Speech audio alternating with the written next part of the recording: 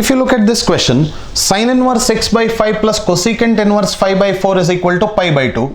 Question is asking you to calculate what's the value of x. So I can write sin inverse of x divided by 5, that is equal to, so we'll write like this.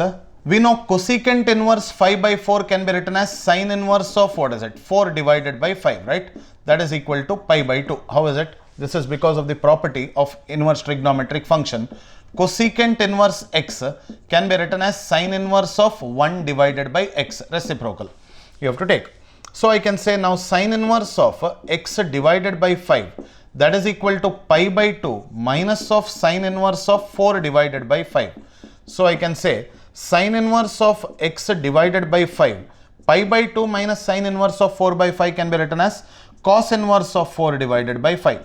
Why is it? The reason being since sin inverse theta plus cos inverse theta, that is equal to pi divided by 2. Is it not? That is equal to pi divided by 2. Now what you do, this part is there. Now you put it as theta. Okay. Now you put it as theta.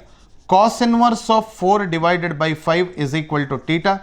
So cos theta is equal to 4 divided by 5. Yes or no? So applying the right angle triangle theta. So this is 4, this is 5. So obviously this will be 3 according to the Pythagorean triplet. 3 square plus 4 square is 5 square, right? So what is this value of sin theta is equal to 3 divided by 5. Or I can write now sin inverse of x divided by 5.